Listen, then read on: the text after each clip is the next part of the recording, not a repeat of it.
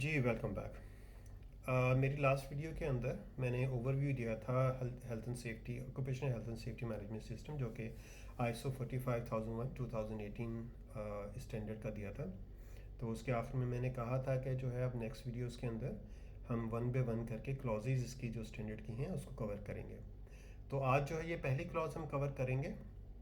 Clause number 1, जो कि scope है। अब ये स्कोप इसके अंदर जो है वो डिफाइन कर रहा है कि रीज़न क्या है, इस स्टैंडर्ड के होने की वजह क्या है। आप जहन में रखिए कि ये स्टैंडर्ड के जो है ना वो स्कोप की बात हो रही है। ये हमारे ऑर्गेनाइजेशन की एक्टिविटीज़ या उसके स्कोप ऑफ सर्टिफिकेशन की बात नहीं हो रही। ठीक है, तो जो स्टैंडर्ड का स्कोप है वो क्या है कि हमने वर्क प्लेस के ऊपर जो हमारी काम की जगह है वहाँ पर कोई इंसिडेंट ना हो, कोई इंजरी ना हो, ठीक है ना, कोई ज़ख्मी ना हो, कोई हेल्थ के इश्यूज़ ना हो, और इसको हम डे बाय डे इसको इम्प्रूव करें, यानी कि उसकी मॉनिटरिंग का एक मेकनिज़म हो और इसके साथ साथ जो है उसको डे बाय डे उसकी जो परफॉर्मेंस है उसको हम इम्प्रूव करें। तो ये जो है ना यहाँ से ये स्टैंडर्ड शुरू होता है क्लॉज नंबर 1 स्कोप से। अब ये जो रिक्वायरमेंट है इसकी, कोई भी किसी भी तरह की ऑर्गेनाइजेशन जो है वो इसको डेवलप कर सकती है, इसको इम्प्लीमेंट कर सकती है और इसको मेंटेन कर सकती है, रिगार्डलेस के उसका साइज़ कितना है, उसके जो ना वो प्रोसेस कितने कॉम्प्लेक्स हैं, उसकी एक्टिविटीज़ क्या हैं, उसकी टाइप ऑफ ऑर्गेनाइजेशन क्या है। कोई रिस्ट्रिक्शन नहीं है, कोई उसकी जो है ना वो मना नहीं है कि जो है ना वो इस टाइप के ले सकते हैं सर्टिफिकेशन या इम्प्लीमेंट कर सकते हैं और फलां टाइप के नहीं ले सकते, या कोई भी ऑर्गेनाइजेशन इसके लिए जा सकती है। और इसका जो एक जो मेन चीज़ है वो ये है कि जब इसको इस्टेब्लिश कर ले ऑर्गेनाइजेशन, तो फिर जो है उसने इसको मेंटेन करना है, उसने जो है वो स्टेप्स लेने हैं कि इसको वो मैयर कर सके कि ये कैसा परफॉर्म कर रहा है, अच्छा परफॉर्म कर रहा है या कोई इश्यूज़ हैं इसके अंदर, और फिर उसको डे बाय डे उसको इम्प्रूवमेंट के लिए उसने काम करना होता है। अब सारे का सारा फोकस जो है वो है उसके ऊपर जो हैज़र्ड्स हैं उसको ख़त्म करने पे, एलिमिनेट करने पे, और अगर कोई रिस्क है हमारी वर्क प्लेस के ऊपर एक्टिविटीज़ की वजह से, तो वो रिस्क जो हैं उनको रिड्यूस करने के ऊपर जो है, तो ये इसका फोकस है, जो कि लिंक है आपस में हैज़र्ड का, रिस्क का, और दोनों जो हैं उसके अंदर मैनेजमेंट चाहते हैं। तो एलिमिनेशन ऑफ जो हैज़र्ड्स है वो है, और उसके बाद जो है रिडक्शन ऑफ रिस्क है। अब ज़हन में रखिए कि जब हम काम करते हैं ना किसी भी जगह के ऊपर, तो वहाँ पर हैज़र्ड भी होंगे, डेफिनेटली होंगे, क्योंकि हम काम कर रहे हैं। लाइव काम के अंदर बहुत सी चीज़ें होती हैं, हाँ लेवल उनके डिफरेंट हो सकते हैं, और वहाँ पे उसके आउटकम एज ए आउटकम जो है वो रिस्क भी होंगे। अब जो मेन और इम्पॉर्टेंट चीज़ है वो ये है कि ये चीज़ें कंट्रोल में रहें। इट इज़ टोटली फाइन कि अगर वो हैं वहाँ पे तो कोई मसला नहीं है, होते हैं, काम करेंगे तो चीज़ें होंगी, हैज़र्ड्स भी होंगे और जो ना वो रिस्क भी होंगे। लेकिन अब होना क्या है, करना क्या है कि ये मैनेजमेंट सिस्टम कहता है कि ये हमें हेल्प आउट करेगा कि हम उनको कंटेन कर सकें, उनको हम जो है विद इन एक्सेप्टेबल बाउंड्रीज, जो है एक्सेप्टेबल रेंज के अंदर उसको रख सकें, ताकि वो कन्वर्ट ना हो किसी भी अनवांटेड या जो ना ऐसी सिचुएशन या ऐसी कंडीशन जो हम नहीं चाहते। वो इंजरी, जख्मी, वो इंजरी भी हो सकती है, वो जो है ना वो इल हेल्थ भी हो सकती है। ये स्टैंडर्ड जो है ये हमारे जैसे डेविएशंस हैं, अगर जो है हमारी कोई एनसीआर होती है, कोई NCR raise, non conformity, NCR कहते हैं नॉन कन्फर्मिटी रिपोर्ट को, और नॉन कन्फर्मिटी जो है वो तब रेज होती है जब किसी रिक्वायरमेंट के अगेंस्ट में हम देखते हैं कि वो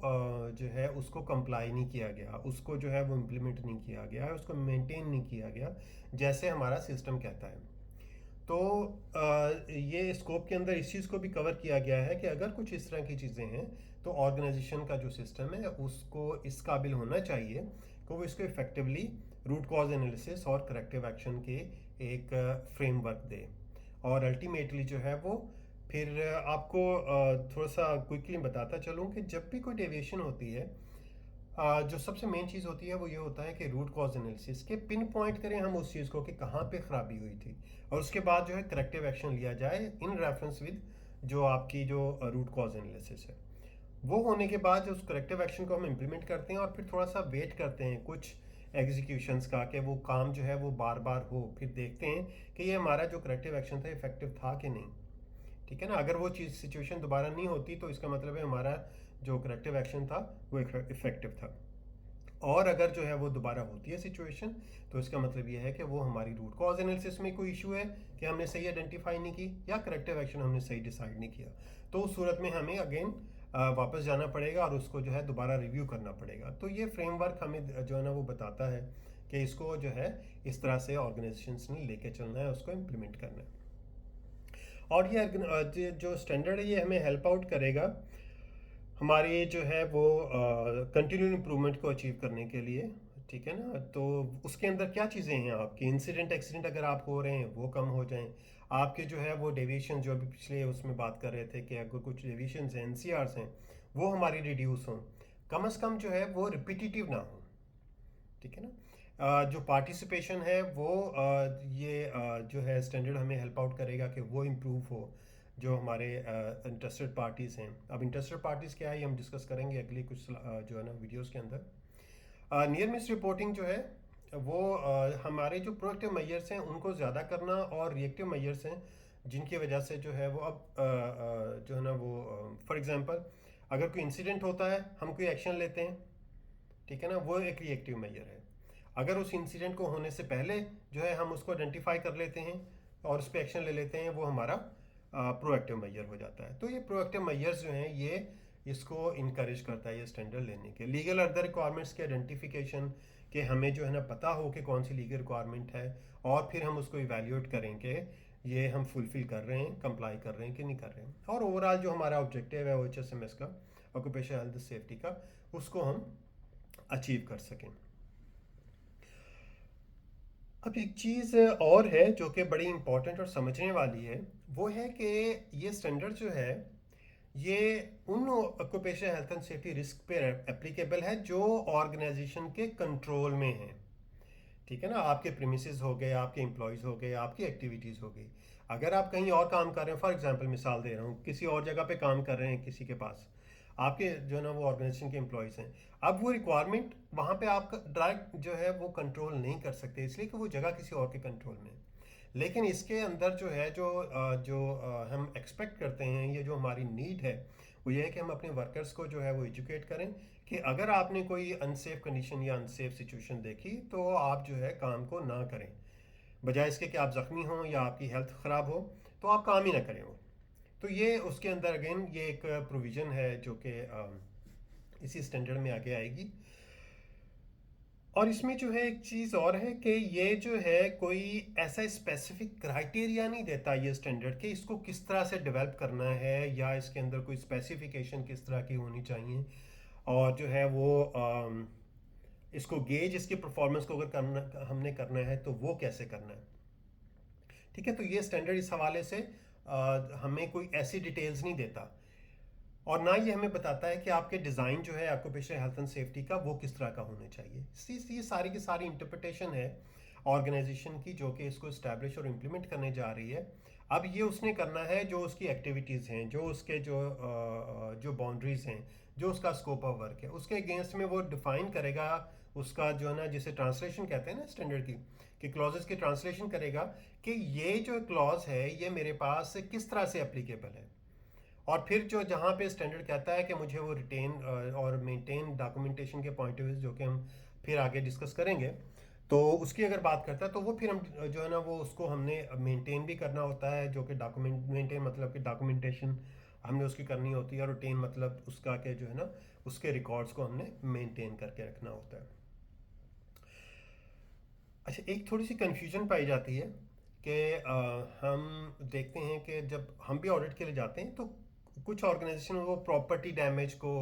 जो है ना और कुछ और चीज़ों को उसके अंदर जो है वो इंक्लूड कर देती है occupational health and safety management system के अंदर। वो कर सकते हैं, लेकिन अगर हम स्टैंडर्ड की प्योरली बात करें तो ये ना तो इन्वायरमेंटल रिक्वायरमेंट को कवर करता है, ना क्वालिटी की रिक्वायरमेंट को कवर करता है, ना प्रॉपर्टी डैमेज की रिक्वायरमेंट को कवर करता है, ना प्रोडक्ट सेफ्टी के हवाले से है। ये प्योरली जो है ना वो health and safety occupational health and safety के हवाले से है कि जो लोग काम कर रहे हैं वो उनको कैसे सिक्योर करना है, उनको कैसे सेफ रखना है कि उनकी हेल्थ और सेफ्टी कंप्रोमाइज ना हो। ठीक है ना। तो ये जहन में रखिएगा कि ये जो लोग हैं उन पे है इसका। अगर स्टैंडर्ड की डायरेक्टली बात करें तो इसका कुछ लेना देना नहीं है प्रॉपर्टी डैमेज के साथ, प्रोडक्ट सेफ्टी के साथ, इन्वायरमेंटल इशू के साथ या किसी भी और सिर्फ हेल्थ एंड सेफ्टी उन लोगों की जो कि काम करते हैं या फिर जो इंटरेस्टेड पार्टीज हैं। और इसके अंदर कोई भी एक्सक्लूजन नहीं है। अगर कोई ऑर्गेनाइजेशन इसको डेवलप करना और इम्प्लीमेंट करना चाहती है तो वो उसको इसकी रिक्वायरमेंट को अपने अगर उसके पास ऑलरेडी कुछ सिस्टम बना हुआ है तो उसने अपने जो सिस्टम है उसके अंदर इसकी सारी की सारी रिक्वायरमेंट को उन्होंने एड्रेस करना है और इसकी कन्फॉर्मेंस को डिमॉन्स्ट्रेट करने के लिए कि हम इससे कंप्लाई कर रहे हैं जो भी इसके अंदर है। तो उन्होंने जो है इनके एज ए टोटलिटी जो है जितनी भी इसकी क्लॉजेस हैं सारी की सारी एप्लीकेबल होंगी, इसके अंदर कोई भी एक्सक्लूजन नहीं है। ठीक है, तो ये था हमारा आज का क्लॉज नंबर 1 जो थी, जो कि स्कोप के रिलेटेड थी। तो आप लोग इसको जो है गौर से सुनिएगा इसको जो थोड़ा सा सेशन हमने आज किया है। और इनकेस अगर कोई क्लैरिफिकेशन, कोई क्वेश्चन या कुछ आपको डाउट है तो आप कमेंट बॉक्स में जो अपना कमेंट डाल दीजिएगा, सो आई रिप्लाई बैक। ठीक है जी, have a nice day, bye.